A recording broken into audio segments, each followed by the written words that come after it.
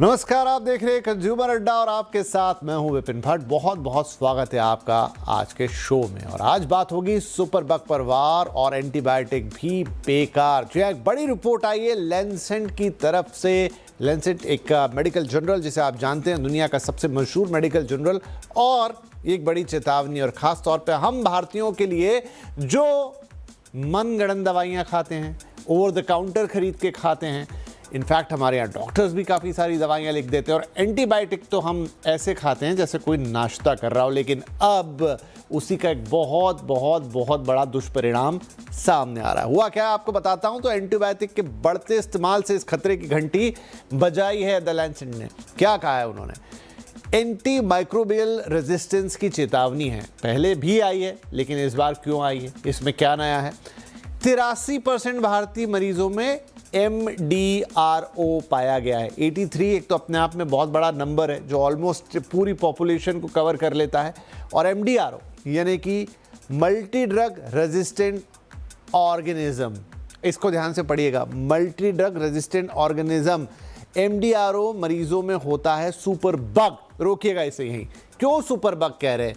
क्योंकि एक ऐसा ऑर्गेनिज्म आपकी बॉडी में पैदा हो गया है जिसके ऊपर कोई दवा, कोई एंटीबायोटिक काम नहीं कर रही है।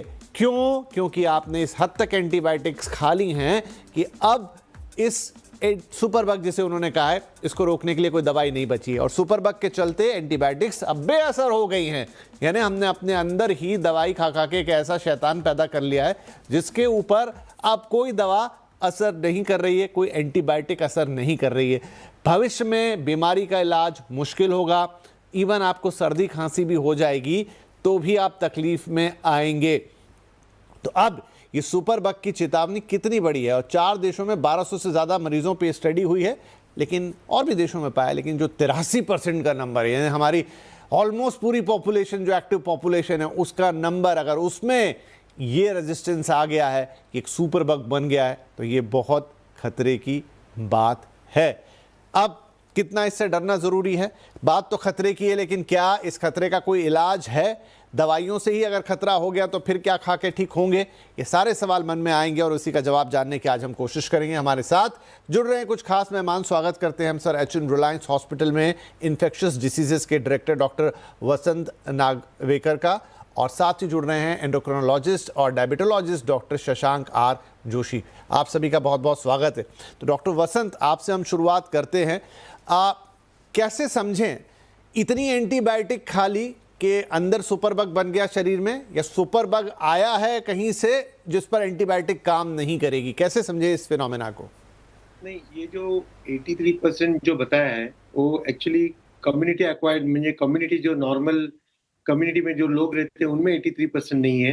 ये कम्युनिटी में लेस देन 5% या 5% जो है मल्टी ड्रग रेजिस्टेंट पैथोजेंस पाए जाते हैं। और 70 to 80% उसमें से हम लोग बोलते हैं ESBL और लोअर, मतलब उस जो मल्टी ड्रग रेजिस्टेंस से कम है वो ज़्यादा पाए जाते हैं। सो कम्युनिटी में जो पॉपुलेशन, जो नॉर्मल पॉपुलेशन में it is less than 5%, but hospital to hospital में ये वेरी होता है। और कोई हॉस्पिटल में 25%, कोई हॉस्पिटल में 80%। सो जो मरीज को हाई एंड एंटीबायोटिक्स दिया जाता है, लाइक मेरोपेनेम, कार्बापेनेम, या फिर सिफावेन, सल्बैक्टम, या फिर पेप्रिसिलिन, तो इन मरीजों में थोड़ा रिस्क बढ़ जाता है about developing a multi drug resistant organisms when they are hospitalised. So these, ये जो 83% जो बोल रहे हैं, they are the patients who are expose, जिनको मतलब हाई एंड एंटीबायोटिक्स जो दिया जाता है वो एक्सपोजर की वजह से ये मल्टी ड्रग रेजिस्टेंट ऑर्गेनिज्म होने का खतरा होता है।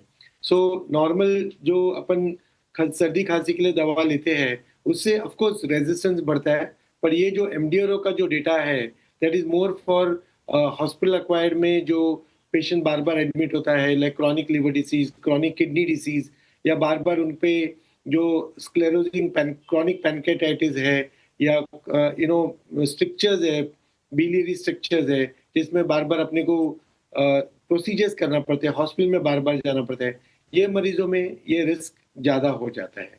नॉर्मल पॉपुलेशन में मैं आपकी अगर ये बात समझूं भी तो वो चार्ट हम फिर से लेकर आते हैं जिसमें अलग अलग देशों की टैली है, एक बार दर्शकों को भी दोबारा से दिखाया जाए। उसमें भारत 83%, आपने कहा कि वो 83% कैसे एक्वायर हुआ है, वो नंबर आपने हमें डिटेल में समझाया। ऐसा नहीं कि टोटल पॉपुलेशन का 83% है, लेकिन अगर देखिए दूसरे जो देश हैं, इटली 31%, अमेरिका 20%, नीदरलैंड्स 10% और बाकी देश इससे भी कम। तो इन 3 प्रमुख देश हमने यहाँ पे ले लिए हैं और वहाँ पर भी शायद जो ये कैलकुलेशन निकाला गया है वो वैसे ही होगा जैसे आपने हमें समझाया। फिर भी अगर ऐसे भी कंपेयर करें डॉक्टर साहब, तो हमारे यहाँ ये 83% क्यों? क्या हम ज्यादा एंटीबायोटिक्स अपने मरीजों को अपने रेगुलर इलाज में भी दे रहे हैं?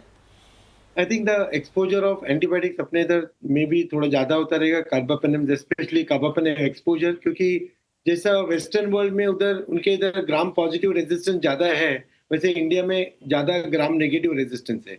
और ग्राम नेगेटिव रेजिस्टेंस के लिए अपने को मेरोपेनेम या फिर सेफाप्रिन सल्बैक्टम ये दवाएं वापरनी पड़ती है। और जब ये यूज करते हैं हम ये मरीजों पे, तो definitely it is the risk multi drug resistant organism का ज्यादा हो जाता है।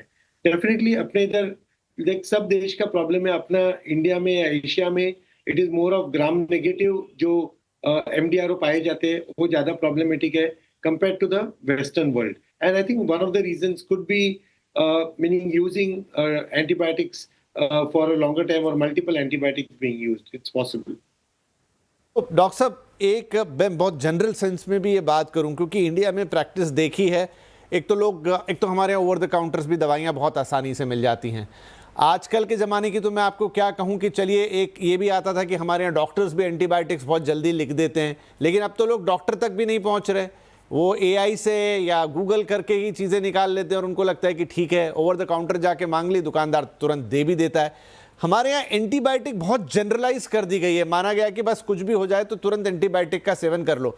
क्या ये स्थिति अच्छी नहीं है? मतलब हमें इस प्रैक्टिस को रोकना चाहिए कि इतनी इजीली एंटीबायोटिक्स का अवेलेबल होना या प्रिस्क्राइब कर दिया जाना, या लोग मन से ही एआई के थ्रू या ऑनलाइन निकाल के जाके एंटीबायोटिक ले लेते हैं, और कैसी चीज़ों के लिए? मामूली सर्दी बुखार के लिए। नहीं, आप जो बोल रहे हैं एकदम सही है।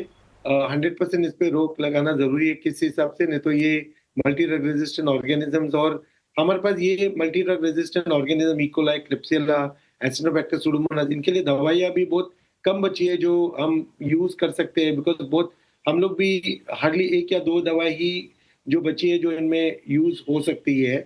और अपने ऑल्सो भारत में ये प्रॉब्लम है कि 80 आप देखेंगे सर्दी खांसी जो होता है 85% 80 to 85% वायरल इन्फेक्शन के लिए हो जाता है, बट फिर भी सब लोग एंटीबायोटिक ओवर द काउंटर लेते हैं।